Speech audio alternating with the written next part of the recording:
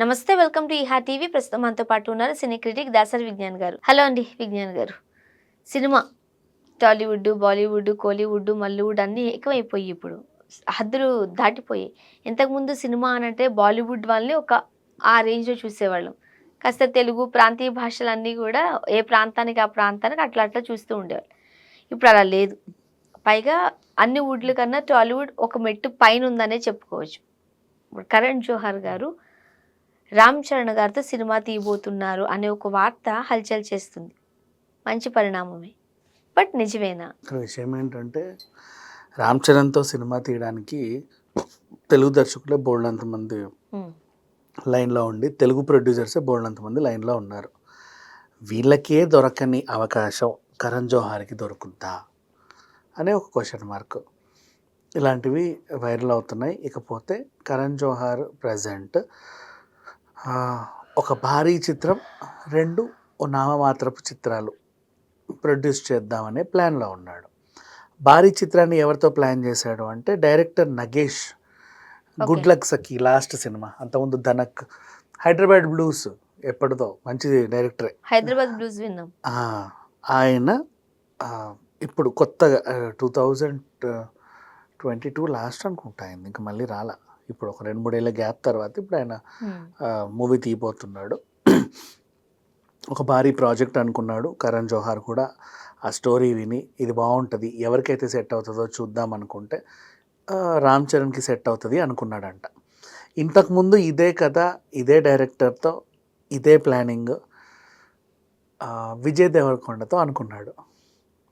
లైగర్ సినిమాతో విజయ్ బాలీవుడ్కి వచ్చినప్పుడు అనుకున్న స్టోరీ ఇది. లైగర్ నష్టాలు చవి చూసింది, నిర్మాతలకి భారీ లాస్ వచ్చింది. ఎగ్జిబిటర్స్ అందరూ పూరి జగన్నాథ్ని చార్మి మీద పడి నాకు ఇవ్వు అన్నారు. సైలెంట్గా కరణ్ జోహార్ ఇప్పుడే వస్తానని చెప్పి వెళ్ళిపోయాడు కదా. అవును, అంటే వాళ్ళకి సినిమా చూసి అర్థమైపోతుంది. దట్టు కరణ్ జోహార్ కరెక్టే, కానీ ప్రమోషన్స్ దాకా వెంటే ఉండి కరెక్ట్గా ఫ్లాప్ అయిందంట. డిస్ట్రిబ్యూటర్స్ ఎగబడతారనే టైంకి 2 అడుగులు వెనక్కేసి అడిదిరిగి మాస్క్ వేసుకొని వెళ్ళిపోవడం తప్పు. వెళ్ళిపోయాడు. సరే పోనీలే, అప్పుడంటే తప్పించుకున్నాడు. అప్పుడు ఆయన నమ్ముకున్న ప్రొడ్యూసర్ నగేష్ కూడా అప్పటి నుంచి ఖాళీగానే ఉన్నాడు. ఓకే. సో మొన్న రీసెంట్లీ నగేష్ గారు ఊరికే ఓసారి అలా టచ్ చేసి చూద్దాం అని టచ్ చేశాడు. ఈయనకి జ్యువెలరీ స్టోర్స్ ఉన్నాయి కరణ్కి. అయితే నగేష్ వాళ్ళ ఇంట్లో ఏదో ఫంక్షన్ ఉండి వాళ్ళు సరదాగా షాపింగ్లు చేస్తా కరణ్ జోహార్ దుకాణానికి కూడా వెళ్ళడం. సరేలే అంటే దుకాణానికి వెళ్ళారో లేదో తెలియదు, ఆ వరుసలో ఆయనది కూడా ఉంటుంది. వెళ్ళరులే మరి, అట్లున్నప్పుడు ఎందుకు వెళ్తారు? వెళ్ళుండడు. ఏమో చూశాడు. చూసిన తర్వాత పోను ఒక్కసారి తలుపు తడదాం, మరి ఇంత గ్యాప్ వచ్చింది. సరే వాళ్ళు చేయట్లేదు ఫోన్, అవసరం మంది కదా. ఆయన ఎంత కదన్నా ప్రొడ్యూసరు, పైగా స్టార్ ప్రొడ్యూసర్ అనే ఫీలింగ్లో ఉంటాడు. ఎప్పుడు ఈగో తల ఇక్కడ ఉంటుంది. సో ఇట్స్ ఓకే, మనమే పోదాంలే అని ఒకసారి వెళ్ళి తలుపు తట్టాడు. అదే మరి అప్పుడెప్పుడు అది ఏదో అనుకున్నాము, ఆ హీరో మళ్ళీ మీరు అనగానే లేదు నాకు కూడా రీసెంట్లీ ఆలోచన వచ్చింది, నేనే కలుద్దాం అనుకుంటున్నాను, ఈలో మీరే వచ్చారు అని ఆయన వీళ్ళకి రెడీగా ఉంటారు. సరే చెప్పండి అంటే ఆ ప్రాజెక్టు రామ్ చరణ్తో ఎలా ఉంటుంది, మీరైతే ఏమనుకుంటున్నారు, మీరేమన్నా ఆయన అడిగానా అంటే నేను అడిగితే కాదండి అనుకో అన్న కాన్ఫిడెన్స్. బాలీవుడ్ లో ఎవరు లేరా? టాలీవుడ్ వైపు చూస్తున్నారు కొంతమంది. ఏమో బట్ ఆయన మరి బాలీవుడ్ వాళ్ళు మన వాళ్ళు మనతో సినిమాలు తీయాలంటే కాస్త తక్కువ స్థాయిగా చూసేవారు. ఎగ్జాక్ట్లీ కదా. ఇప్పుడు అట్లాంటి పరిస్థితులు లేవనే అనిపిస్తుంది. సో రామ్ చరణ్ తేజ్ అయితే ఎలా ఉంటాడంటే సేమ్ విజయ్ దేవరకొండ అనుకున్నా సార్ పర్లేదు సార్, ఈయనైనా నాకు ఓకే, నాకేం ప్రాబ్లం లేదు, నాకు ఈ సినిమా ముందుకెళ్ళడం కావాలి. ఎందుకంటే గ్యాప్ చాలా వచ్చింది. నువ్వు కాకుండా నేను ఇంతకుముందు వేరే ప్రొడ్యూసర్ని ఏమైనా టచ్ అయి ఉంటుంది, ఎప్పటికి ఈ పాటికి రిలీజ్ కూడా అయ్యి ఉండేదేమో.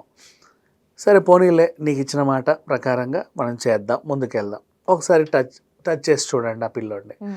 ఆ పిల్లోడిని అడిగాడు, ఇట్లా రామ్ చరణ్ తేజ మేమిద్దరం కలిసి ఒక అద్భుతమైన స్క్రిప్ట్ అనుకున్నాము, దీనికి నువ్వైతేనే బాగుంటుందని మేమిద్దరం ఒక కన్క్లూజన్కి వచ్చాక నీకు ఫోన్ చేశాము, ఏమంటావు? అది చెప్తానండి, చూద్దాం, తప్పకుండా చేద్దాం ఇవన్నీ వీళ్ళు చెప్పేసరికి సెట్ అయ్యేటట్టే ఉందిలే అన్న కాన్ఫిడెంట్లో కరణ్ జోహార్ ఉన్నాడు. నేను అడిగితే ఎవడు కాదంటాడు అనే కాన్ఫిడెన్స్ ఆయనకి ఎక్కువ.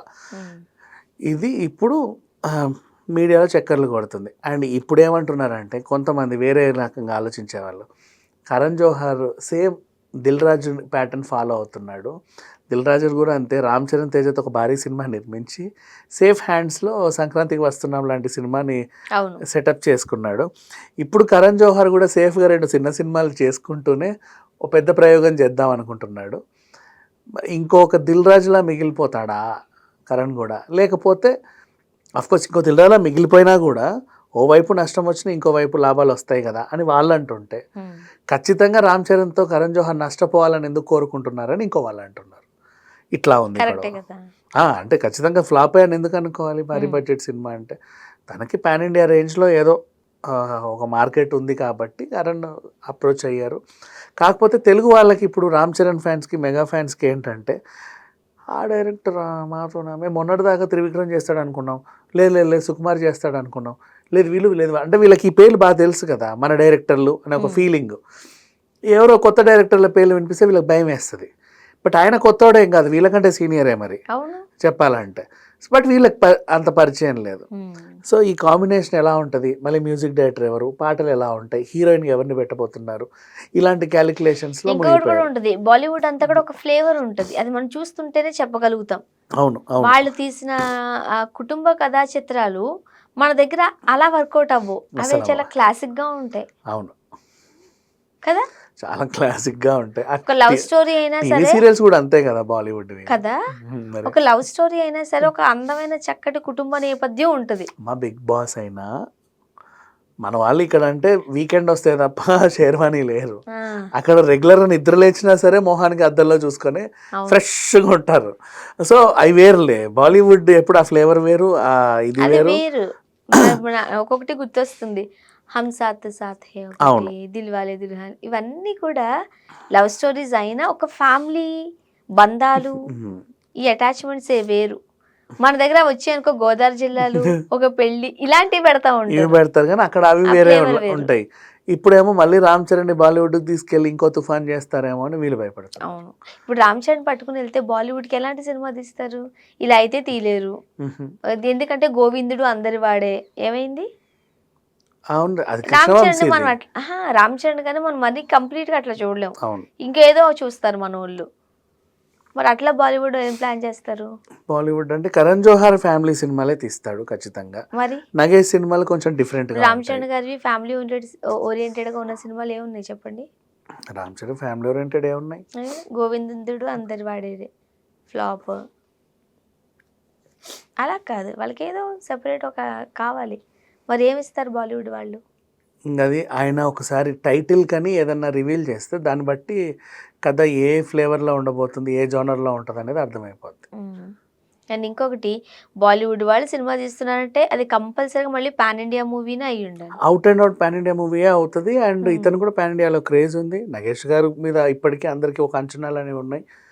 సో ఖచ్చితంగా దీని మీద అయితే ఒక బజ్ అనేది అయితే ఉంటుంది. హిట్ ఫ్లాప్ అనేది చెప్పలేనులే కానీ ఒకవేళ ఇద్దరు చేస్తే ఏ సంవత్సరానికి చేస్తారు? మన ఇద్దరు ముసలాం అయితే లే కరణ్ గబగబా కంప్లీట్ చేస్తాడు. రామ్ చరణ్ గారు బిజీగా ఉన్నారు. రామ్ చరణ్ బిజీగా ఉన్నాడు, మరి ఆయన డేట్స్ తీసుకొని గబగబా కంప్లీట్ చేసి వదిలేయాలి. అలా చూడాలి. Thank you so much.